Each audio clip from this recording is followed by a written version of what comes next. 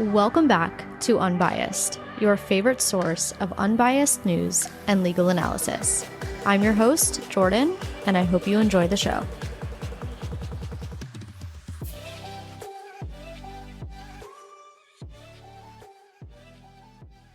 Welcome back to Unbiased. Today is Friday, February 23rd, 2024. This episode was recorded yesterday around 5:30 p.m. Eastern Time. In this episode, first we're going to deep dive into the recent controversial Alabama Supreme Court ruling regarding IVF, or in vitro fertilization. We will then discuss some quick hitters. My quick hitters are stories in under 3 minutes, and then we'll get into one-liners, and we will finish with Not Everything is Bad, which is the good news segment of the week. I like to do it on Fridays to leave you feeling a little bit lighter going into the weekend. Before we get into today's stories, this is your reminder that this episode is available in video format on both YouTube and X. So if you are a YouTuber, please just go ahead and hit that thumbs up button below this video, subscribe to the channel so you don't miss the next episode, and at the same time, you can show your support. If you are not a YouTube watcher, that is okay too. But if you love what you hear today and you feel smarter and more informed after listening, please go ahead and leave me a review on your preferred podcast platform. Without further ado, let's get into today's stories. Last Friday, the Alabama Supreme Court released a ruling which held that frozen embryos are considered children for purposes of liability under Alabama's Wrongful Death of a Minor Act. Within the last 2 days, people have really started to talk about this case, so let's dive in. First and foremost, what is IVF, or in vitro fertilization? IVF is the process that involves the removal of eggs from a woman's ovaries and then combining those eggs with a man's sperm in a lab.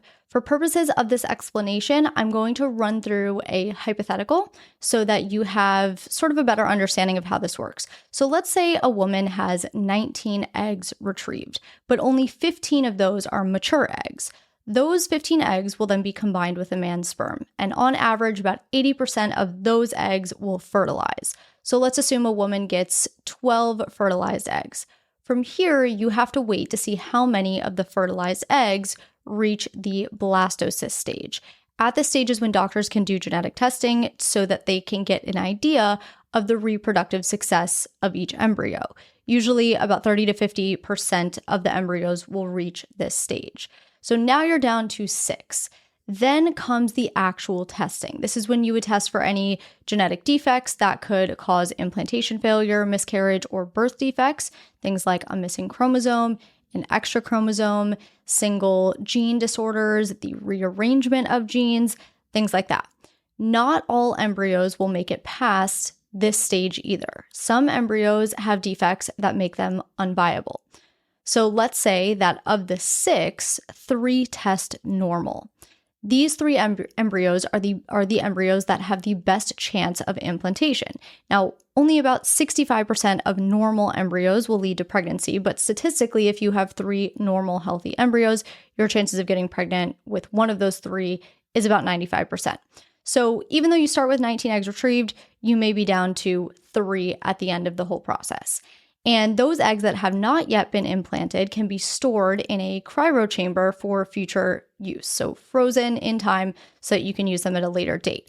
That's a little bit about the IVF process. Now, in this case, 3 sets of parents were going through separate IVF treatments in Alabama. They opted to have their extra embryos frozen. These embryos were stored in a fertility clinic within a hospital in Mobile. And in December 2020, a patient at the hospital walked into the unlocked fertility clinic and removed several of these frozen embryos. Apparently, the patient didn't realize you can't just pick them up with your bare hands, ended up getting freeze burned, and as a result, dropped the embryos on the ground and killed them. All 3 sets of parents sued the Mobile Infirmary Medical Center, which is where the embryos were kept, as well as the owner and operator of the facility, the Mobile Infirmary Association. The lawsuits specifically alleged wrongful death under Alabama's Wrongful Death of a Minor Act, negligence, wantonness, breach of contract, and bailment. For purposes of this discussion, we are going to focus on the wrongful death claim. Alabama's Wrongful Death of a Minor Act says, when the death of a minor child is caused by the wrongful act, omission, or negligence of any person, persons, or corporation, or the servants or agents of either, the father or the mother can commence an action under this wrongful death statute. Following the lawsuit being filed, the hospital and the association filed motions to dismiss, which were in part granted. So first and foremost, the trial court dismissed the wrongful death claim, explaining that the in vitro embryos do not fit the definition of a person or child under this statute, and therefore the loss could not give rise to a wrongful death claim. As for the other claims, the trial court also dismissed the negligence and wantonness claims, which left the parents only with their breach of contract and bailment claims. So the parents appeal the case. Eventually, it makes its way to the state Supreme Court. Now, I want to be clear, the dispute at the state Supreme Court wasn't whether an unborn child qualifies as a human life. The dispute wasn't at what stage of viability an unborn child is considered a human life. The dispute wasn't whether life begins at conception. The dispute was whether embryos should be considered a child under this particular statute. So to illustrate this debate, I want to read an excerpt from the opinion. It says, quote, "All parties to this case, like all members of this court, agree that an unborn child is a genetically unique human being whose life begins at fertilization and ends at death. The parties further agree that an unborn child usually qualifies as a human life, human being, or person, as those words are used in ordinary conversation and in the text of Alabama's wrongful death statutes. That is true, as everyone acknowledges, throughout all stages of an unborn child's development, regardless of viability. The question on which the parties disagree is whether there exists an unwritten exception to that rule for unborn children who are not physically located in utero, that is, inside a biological uterus, at the time they are killed. The defendants argue that this court should recognize such exception because they say an unborn child ceases to qualify as a child or person if that child is not contained within a biological womb. The plaintiffs argue that the proposed exception for extrauterine children would induce discontinuity with Alabama law." End quote. Then the opinion goes on to list some explanations of discontinuity given by the plaintiffs, examples such as, if the proposed exception to the statute were true, parents would be left without remedy against a person who kills their unborn child during birth, but before the child has actually been birthed. So specifically, if the child were to die between the time that the child leaves the uterus and fully exits the birth canal. The plaintiffs also say that this proposed exception would raise constitutional concerns. The plaintiffs propose a hypothetical in which one day babies are conceived and gestated to term in an in vitro environment, meaning brought to term having been grown outside of a human body. They say in that situation, under this proposed exception, this would lead to an outcome in which the born baby would not qualify as a child or a person because that child would be both unborn, having never been delivered from a biological womb, and also not in utero. The plaintiffs argue that once born, children who were born under these circumstances would essentially be unprotected under Alabama law. And under the 14th Amendment of the Constitution, states cannot withhold legal protection from people based on immutable features of their birth or ancestry. So these were the arguments put forth by both sides. And the Alabama Supreme Court held in short, quote, "Unborn children are children under the Act, without exception, based on developmental state, physical location, or any other ancillary characteristics," end quote. And in coming to this conclusion, the court first looked at the history of the Act and the definitions of child at the time of enactment in 1872. Specifically, it cited to an 1864 definition from Webster's dictionary, which defined child as, quote, "the immediate progeny of parents," end quote. However, the definition also goes on to say, quote, "This term child is applied to infants from their birth, but the time when they cease ordinarily to be so called is not defined by custom," end quote. And because of this added context, the only dissenting justice in this case argued that the 1864 definition of child indicates that infants prior to birth were not considered children at the time of the law's enactment. The majority of justices disagreed with this. The majority argued that the language, the 1864 definition, draws distinction between newborns and older children in order to make the point that there is no clear-cut time at which a young person transitions from childhood to adulthood, but the language does not indicate that infants were considered something other than children prior to their birth. And in support of this contention, the majority opinion cites to a related definition from the Bible, which describes a pregnant woman as being with child. But the majority says that even if the word child were ambiguous, Article 1 of the Alabama Constitution declares that it is public policy of the state to ensure the protection of the rights of the unborn children in all manners and measures lawful and appropriate. Therefore, the court says, we would have to resolve any ambiguity in favor of protecting unborn life. So then the opinion shifts to the defendant's proposed exception, because the defendants didn't really focus on the text or the history of the act too much. Instead, they wanted the court to recognize an exception to the act, an exception for extrauterine children in the wrongful death context. And I mentioned this argument briefly earlier, but to go into this a little bit more detail, the reason the defendants argued that there should be an exception is because of the state's criminal homicide laws. So they say that state court precedent requires complete congruity between the definition of who is a person under Alabama criminal homicide laws and who is a person under Alabama civil wrongful death laws. And extrauterine children are not within the class of persons protected by the criminal homicide laws, and therefore extrauterine children cannot be protected by the Wrongful Death of a Minor Act. And in a nutshell, the court said, no, the defendants misread our past opinions. What we said is that it would be incongruous if a defendant could be responsible criminally for the homicide of a fetal child, but would have no similar responsibility civilly.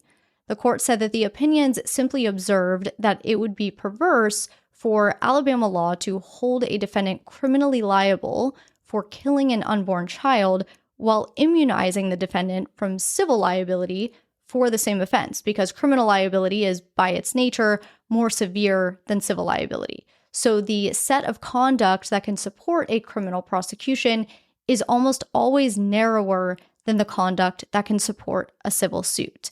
And according to the court, the defendants flipped this rationale on its head.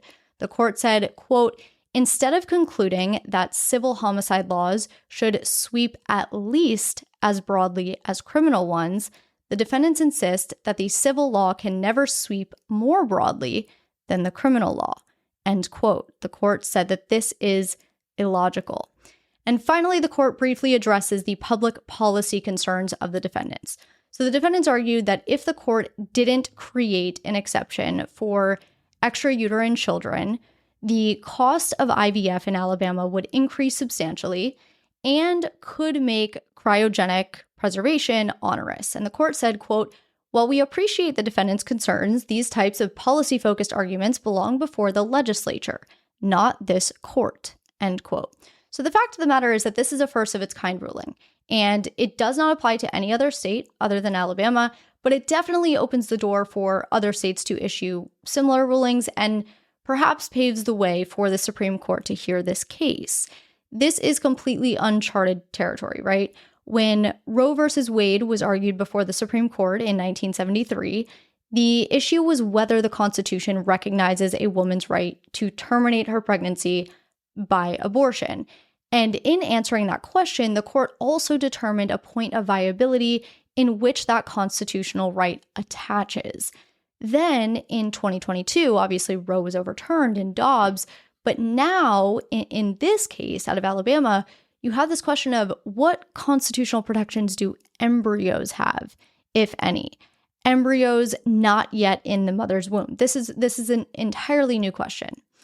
Before we move on, I do just want to mention that at least one major hospital in Alabama, that being the University of Alabama at Birmingham Health System, said that it will be pausing fertilization services effective immediately until it assesses the potential for criminal prosecution or civil liability. The hospital will still be retrieving eggs from women, but the next step in that process is to fertilize the eggs, And that is what the hospital is pressing pause on because fertilization is where potential implications come into play. With that, let's move on to Quick Hitters. Quick Hitters is my segment where we cover stories in under 3 minutes. The first being that New York City Mayor Eric Adams announced a new controversial taxpayer-funded $53 million pilot program that provides prepaid debit cards to migrant families staying in short-term hotels in the city. Here's how it'll work. So initially, 500 prepaid debit cards will be given out, one per family. The cards have a maximum of $10,000, but they can be refilled every 4 weeks.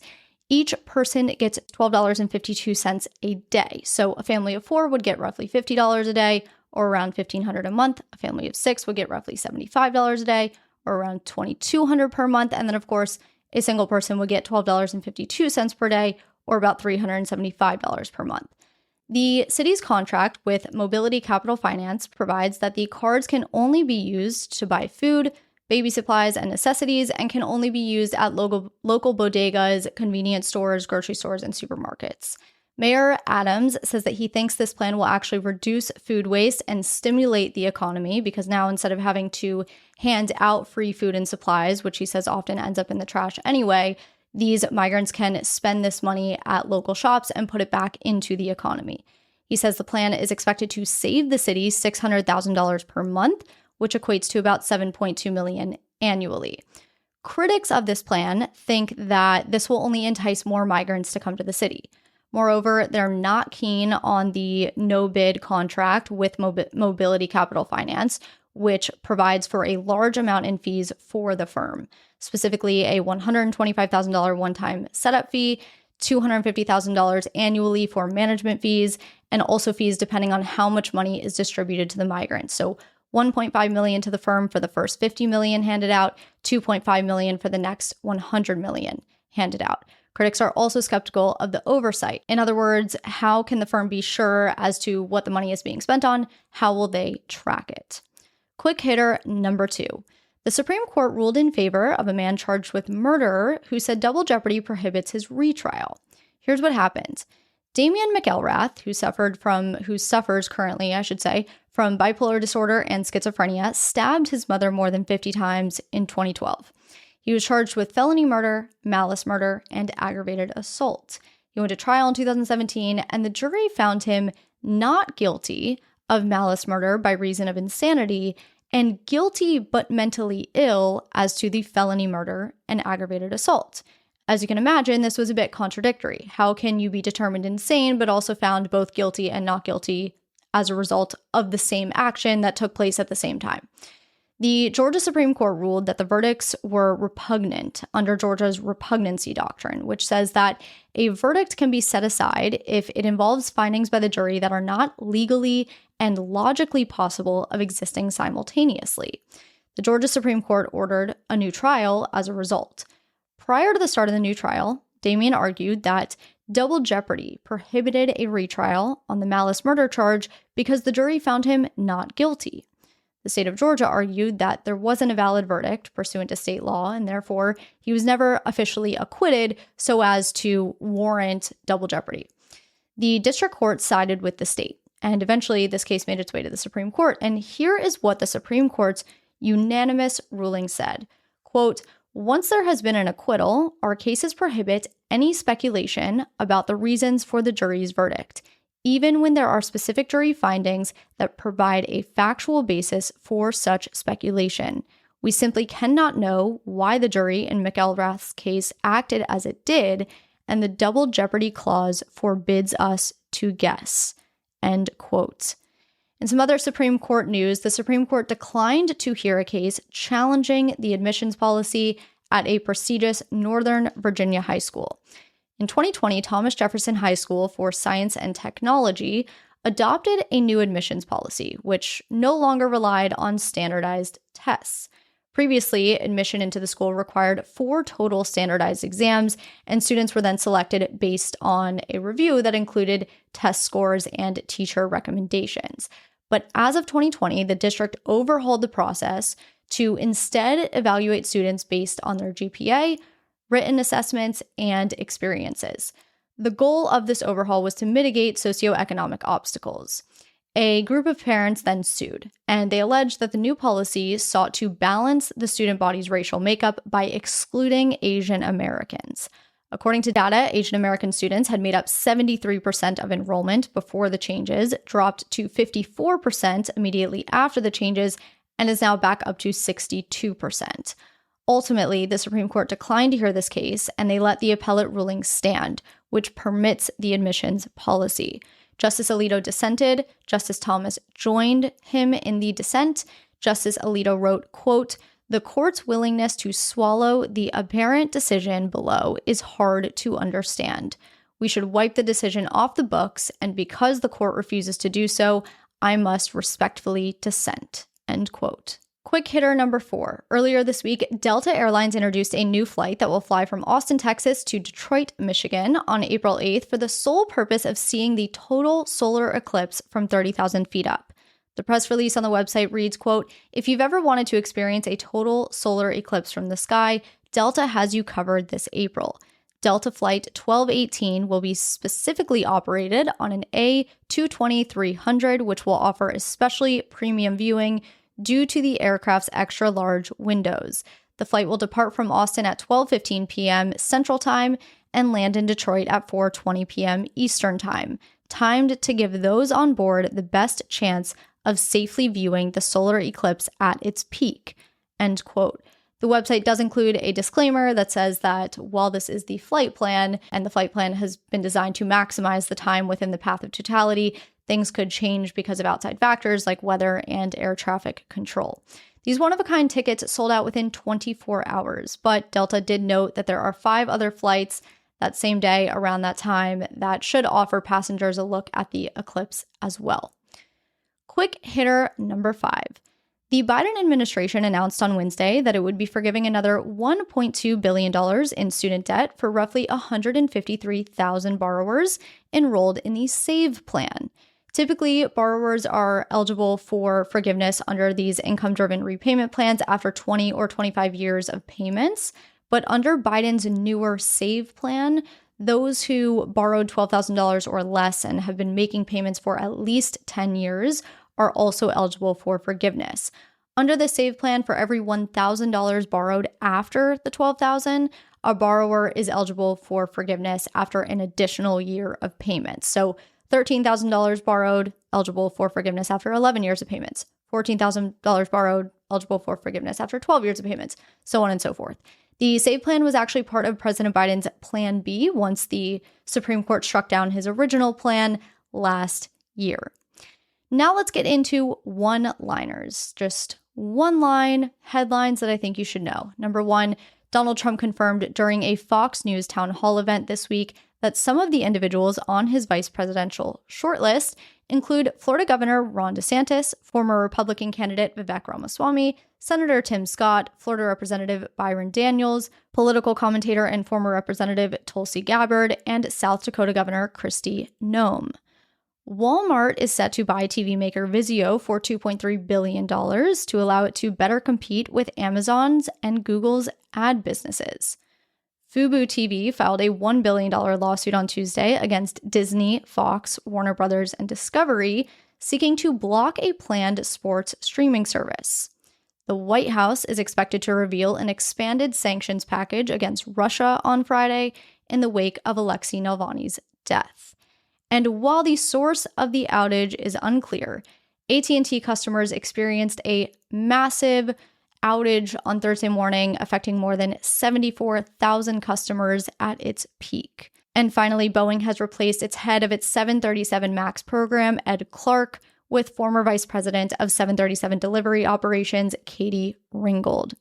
And for my favorite segment, Not Everything is Bad. The first one I'm super excited about because it is a submission from a listener named Christy. Here's what she said. I'm coming up on the 3-year anniversary of my heart transplant. I finally heard from my donor's family. Her name was Angie. She had 3 children. I updated my tattoo, which has my old heart rhythm, my donor's heart rhythm, and my husband's heart rhythm, to include an A where her heartbeat and mine intersect. I can now thank her by name daily. Christy, and I think I speak for everyone listening, we are so happy for you. What a beautiful way to share such a special person, and happy anniversary. The second one is about a very nice, thoughtful bus driver.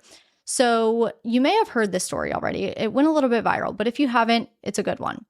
Kentucky school bus driver Larry Farish Jr. was driving his routine route when he stopped at a little boy named Levi's bus stop. And according to Farish, whenever he would pull up to Levi's bus stop, Levi was always smiling. But on this particular day, when he pulled up, Levi was sitting on the ground with a jacket pulled over his head.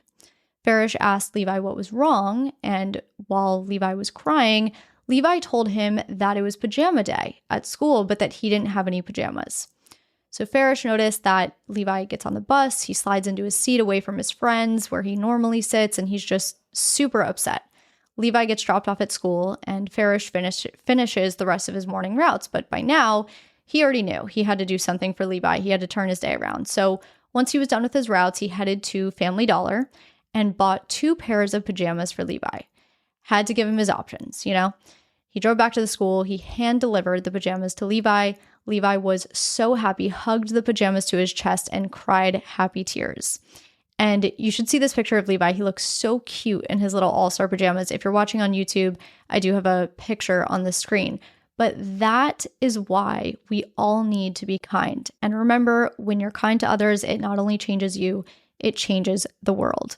If you have good news that you would like to share to be featured on this next Not Everything is Bad segment, please go ahead and submit your stories on jordanismylawyer.com. I do have a contact form there, and that is where you can send in your stories.